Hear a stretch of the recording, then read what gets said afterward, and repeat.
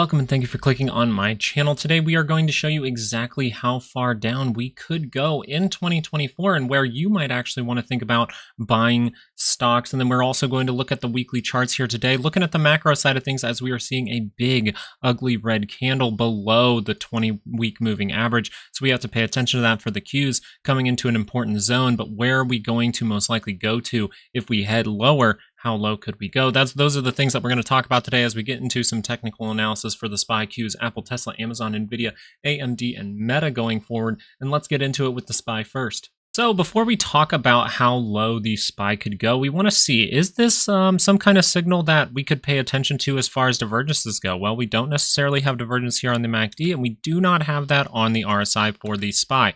Now, this could mean that the SPY is just going to get some kind of pullback, some kind of correction, and even this right here would be considered a correction. So we very well could bounce from here, but I wanted to show you guys exactly what I was talking about with how far down the options market is pricing in for 2024, right? We were about to hit the upside. Maybe this is where we base out and go hit that upside, but your annual expected moves, your annual expected risk range is going to be 543.71 to the upside and 406.91 to the downside. So you can see from this perspective here, it looks like, hey, if we do base out here, we could head higher. If we get up into this area early on in the year, right, we're not even halfway through, we could see that ripped away. But if we actually head down dramatically, this is where I would really start to think about buying, because this is all the options market has priced in. So if we make that big move, big kind of crash, before that actually happens, this is where we would expect some kind of bounce, and then maybe that continues on like this. But we know it doesn't go down in a straight line, right? It's going to take some time to form all this stuff, and then by 2025, we could be forming some kind of head and shoulders. But I just wanted to point this out to you. I think they are very, very good levels to watch in 2024. And so I would really be paying attention to the price action. We're going to go into the shorter time frames on Sunday so we can see if a bounce is possible in this area. So make sure you're subscribed and you have those notifications on to join us on Sunday. Now, the Qs are looking a little different, a little bit more like we are about to go into some kind of dramatic sell-off just based on the signals. Okay, so we're going to point those things out. But first, I just wanted to let you know, I took a vote on YouTube and like 25 people immediately said, yes, they want it. So right now, the course is going to be $149 for the entire weekend. So if you want to get that, make sure to type code WATER in the description or in the coupon code. That way you can get that price of $149 for my course down below if you want to learn about indicators, weekly ranges, daily ranges, things like that.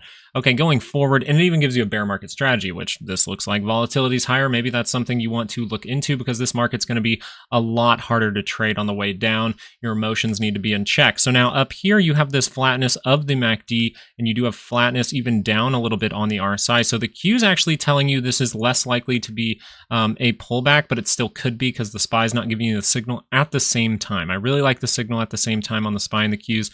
As of right now, you do have the potential for this to reverse trend. Okay, that means that this weekly can now turn down into negative territory, but what if we just base out like this and then we make a move higher? So that's what I'm really paying attention to. I'm still open to upside. Now, how high up could we go for the Qs? Well, the options market is telling you that there is a chance we head up to 492.28 to the upside. You can see it up here on my screen, 492.28 to the upside and 326.76 to the downside, right by this weekly 200. Okay, so that's what the options market is pricing in. So if we make a move outside of this in any direction, then we have a 68% chance to land back in this zone. That is what this is telling you. So now you have some exact areas where you could possibly think about buying stocks or possibly think about selling stocks up in this area, right? Taking profit as you go up to a yearly expected move could be very, very good. And now you have some levels to pay attention to. If we see that extreme bullishness, you know, hey, this is where I want to take some off the table. And if we see that bearishness come in, well, this is where I might start thinking about some kind of bounce, even if that is some kind of bounce like this to get a head and shoulders like over on the SPY, you can still make money in these bounces. And we're going to pay attention to the shorter time frame so we catch those bounces, right? We're doing pretty good at catching the bounces.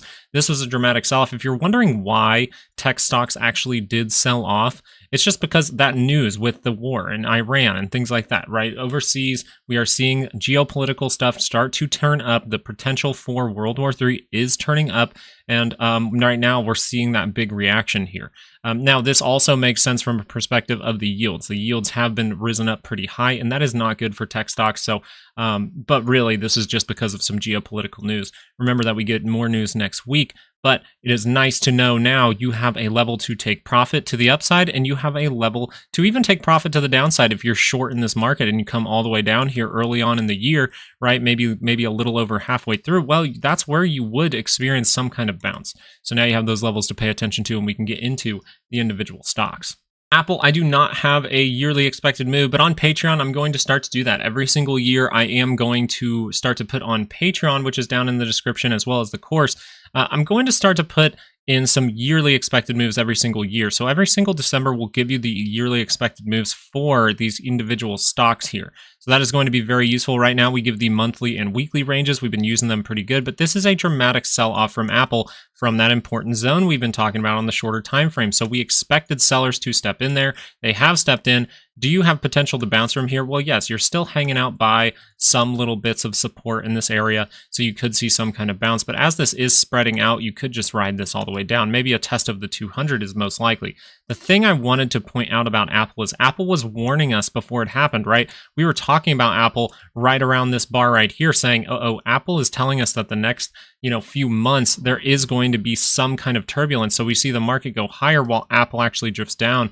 Apple warning you that this is a double top. So if we start to break through this level like it's nothing, that would kind of be bad. I would say that because you have potential for a double top, which means you can see a big reaction down. So I would expect us to at least try to bounce here. Do I think that bounce will last right now? I'm thinking that'll fade, but that could change going on into next week. So that's why we have to watch for different directions. We have to watch both sides of the coin, and we're going to talk about that on Sunday. So make sure you are subscribed. But Apple telling you right now, it is in a negative trend. So any turn up here will be met with some selling pressure. Tesla actually a similar story as Apple, right? Telling you there is some kind of weakness here. And we were talking about Tesla right here at this sell signal on my indicator, really just pointing out the fact that it's going to go negative, right? The next week after that, it actually goes negative on indecision, but now it's in negative territory, so that selling pressure can continue, and we see that over time now. Now, as that breaks down, we are getting tight in a wedge. We're starting to slightly look like we want to break through that wedge, but if we can get some kind of buying pressure here, maybe that was an overreaction with that geopolitical news, we could see a decent-sized move from Tesla here. Would that create something? Well, we could actually look back and form something here. If we base out here, well, we'd be grabbing liquidity here if we get some kind of bounce. I really think, I think Tesla has a good shot to go test 180.92 before we see the next teardown. So we'll have to pay attention to that going forward. If we do see a bounce for a couple of weeks here, or if we just keep selling, we can still pay attention to the individual signals. Right now, if you wanted to be short on Tesla, I would be very, very cautious with that because you could just see a rip higher and then find a better entry point up in this area. So Tesla, though, the big thing with Tesla, warning you about this downfall before it even happened. Tesla and Apple doing you a little favor there.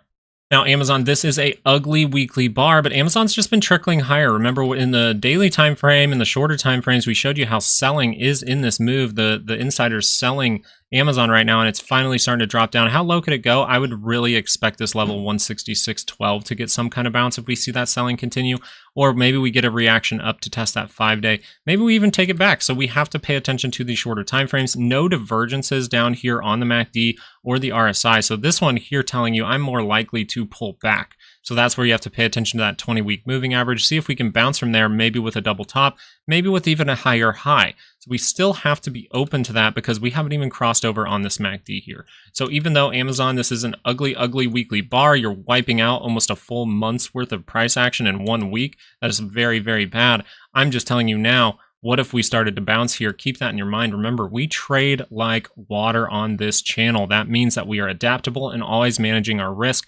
Therefore, we should not have been hurt very much by this move if we had our stops in place.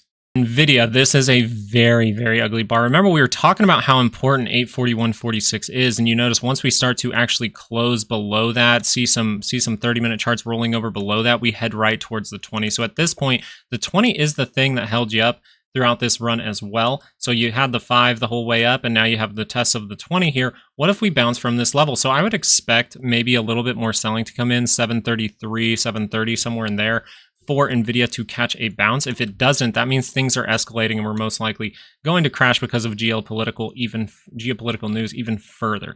So pay attention to that. But as of right now, you're coming into an area where buyers can step back in. That selling pressure might be a little tired out. And we're going to look at those shorter timeframes to show you if that momentum on NVIDIA is dying out and if there's a chance that NVIDIA actually could go up towards 1,000. So come back on Sunday. Make sure you're subscribed so we can talk about NVIDIA, because there actually might be an argument for NVIDIA hitting 1,000 soon.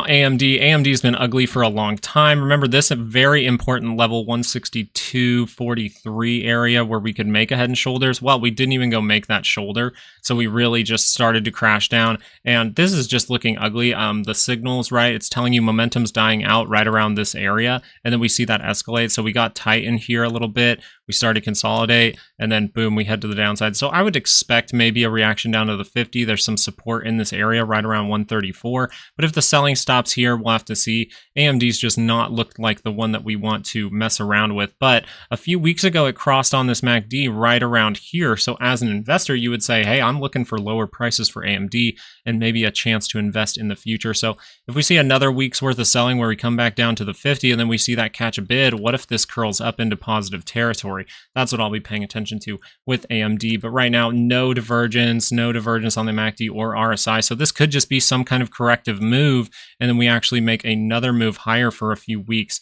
So just pay attention to that. We may actually see a move higher that gets us into the sell May and go away crowd. And there's other things to look at. Meta was a lot like Amazon. So remember, we saw the insiders selling. We'll look at the shorter time frames on Sunday, but right now losing the 5. So you'd have to say, remember this area right here, 453.08 is something we've been had marked off for a very long time. Okay. And this is where I expect we are trying to head if we see that selling come back down and where buyers could step back in, as long as the geopolitical news does not escalate any further. Iran talking about nukes, Russia joining, China, that kind of stuff. All of it can pile up together and this can just keep going. So be aware of that. But if it doesn't, you have to be open to these signals actually turning back up, because this market overall, you're above the 20. So you're still in a bullish trend on the weekly scale for Meta, and you haven't even crossed over on this MACD yet. So we could get some kind of potential move down and then see that recover by end of week next week. We'll have to pay attention because we do get GDP, and every reaction to the GDP has been good. Probably not the best for bonds though, right? Every single time we print a positive number on GDP, we go more into debt, which means more inflation in the system.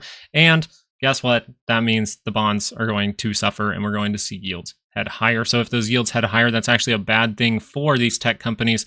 As of right now, seeing that drop off. What if we start to hold up here? Now, I wanted to talk about it could bounce as far as this week goes, just because it's in an area where you see a few support lines in here on the shorter time frame. So Meta actually does have a chance to bounce from here. I'm really leaning towards it coming down to 453.08 first, but we'll have to see from there. Let's give a few extras because this one was great. Microsoft giving you some divergence in the recent price action on the weekly, giving you a divergence on the MACD, but not necessarily the RSI at the same time. Okay, so you have this flatness of the MACD, and then you don't necessarily have a good divergence on the RSI. I'd say best case it's flat, and you're seeing that react down to the 20. Now, we were talking about this on the daily, and that's what we're going to bring up on Sunday. We're going to talk a little bit about Microsoft because it had a triple divergence. So Microsoft was warning you before all of this selling even happened, right around this area, that there was weakness in Microsoft, and it was a very, very good opportunity to take a position. So you could take a position for a month or two out. Boom, that move finally happens. You take your profit right around that 20. Now we have the potential to bounce. We've ridden the 20 pretty much all the way up throughout this move, right? One reaction past the 50, we haven't come back down to it since.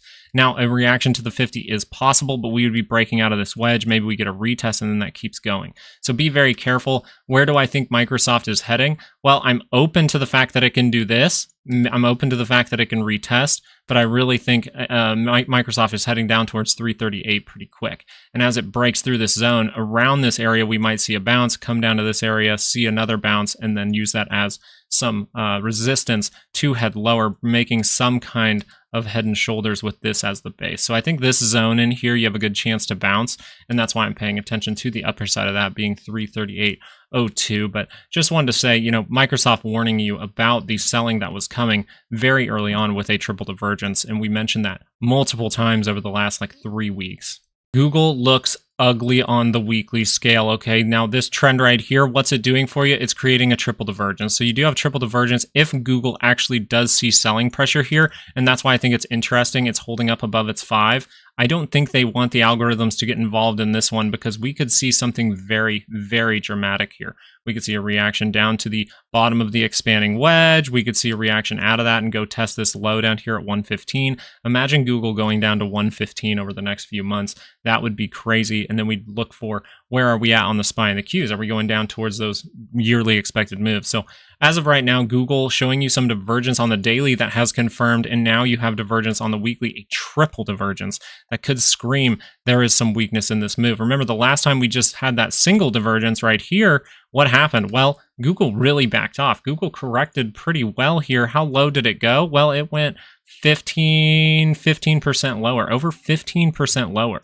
So imagine that. This is just an area where as a trader you say, do I want to go long here? Most likely not. If I want to be diligent and I want to be patient, well, I can see this pull down maybe another 15%, maybe more, and then see that curl up into positive territory for another move. Whether that's some kind of bounce to get some kind of head and shoulders in this area, we'll have to find out. And we're going to go into the shorter time frames to see if Google could bounce this week. Remember, it's holding up a little bit better up in this area. It's still above its 5. It hasn't gotten that test of the 20 just yet, but it was one that tested the 20 in the past. So we'll have to pay attention to this going forward, but Google telling you there is weakness up here as far as momentum goes. Netflix we'll talk about just because the earnings were bad, and a lot of people don't understand why the earnings were bad. They actually printed very good numbers on one, good numbers on the other, but the thing is they're not going to tell you how many subscribers they have. They're not giving subscriber data anymore in their earnings. So that is seen as them trying to hide something. Maybe they see something bad coming around the corner, anything like that. Anything like that will disturb the investors in the stock. So just pay attention to that. You're starting to go down to the 20. Where did we mark off where we could go? Well, we gave you those daily expected moves, and we actually pretty much beelined towards it. 543.31 is what we were paying attention to. Now we react all the way down to the 20 right above it, and we could see some kind of bounce. I'm just saying that because we can, but if people read into those earnings and just say, hey, the subscriber count's really important to me, that's going to sell off. If they say, okay, the subscriber count, maybe we overreacted and we're actually okay with the numbers, right? The numbers are actually good. Maybe we see some kind of retest before that fully breaks down again. So I'm just telling you as a person who probably you want to short this market right here, wait for your opportunity. I think you're going to get some bounces in here that could give you an opportunity, and that's exactly what I'm doing. I'm waiting for my next opportunity. I played some downside last week, and now I'm going to play some downside after I see some kind of bounce. If it's going to crash, that's perfectly fine. I will sit on my hands, hold some cash on the side, and invest at lower levels. Something very interesting about this move was the dollar, actually. If we go look at this on the daily scale on Sunday, we're going to pay attention to this because the dollar not making a higher high with these extremely lower lows in a lot of stocks and the stock market. So not able to make a higher high as far as the last few days go of the past week. So we're going to pay attention to this on Sunday. We're going to talk about it a little bit, but mainly in this video, I wanted to talk about the VIX. Remember, we said right here, we said this all the way back in, what is this, January. We were like, yes, we can see bullishness for quite some time, but once this MACD is able to curl up into positive territory, it's going to be ugly because we have a divergence down here at the same time on the RSI and the MACD at the same time. And that actually happened not this past week, but the week before that. So the week of April 8th, we actually saw that happen because we got into positive territory. So right after we mention it, it crosses up. Now it's trying to say, hey, volatility wants to go up. Maybe it even wants to go positive because it has divergence. That goes positive. What happens the next week right after we post a positive print? We get some kind of crashing going on. So volatility here hinting that we could see some major volatility come in, some major crash happen. And we're going to talk about those signals on the daily on Sunday. And we're also going to show you the shorter timeframes of why we could be getting some kind of bounce at these levels when we compare it to where the SPY is at and how the volatility is looking going into next week. Main takeaway for this video is a lot of these weekly signals were hinting that something really, really bad was coming just around the corner, and we were here to talk about it the whole way, right? This should not have surprised us. Even in March, we said we were going to see a bunch of traps, and in April, we're going to find some kind of top for a correction or even a crash, and that's exactly what has happened. So we're doing very well on this channel at the macro side of things, and all we have to do is figure out which way those stocks are going, right? Go with the stream, trade like water. find out which way that momentum is shifting, if it's going into a positive trend, and just go with it. So if we continue in a negative trend, then we are going to see bounces along the way where we will find opportunities. So being patient is a very good thing in this market, and being cautious is good as well. And that's why you need the skills, because this market is going to be much harder to trade in. So right now, you can get my course right now, this weekend only, for $149. Okay, $149. That is a good discount. You guys can take that course. A lot of people have said right after they take it, their next trade, they literally make all their money back that they spent on the course. So grab that course this weekend with coupon code WATER to get it for $149. And moving forward, I just wanted to say thank you guys so much for watching. I hope you guys have a great weekend. I really, really do. Come back on Sunday for some stock market analysis for those shorter time frames, for some daily ranges and weekly ranges, right? And then we'll go through next week. But right now, I think it's important you enjoy your weekend and take a break from the madness for a moment. I hope you guys have a great weekend. I hope you have a good night. Stay safe out there. Peace.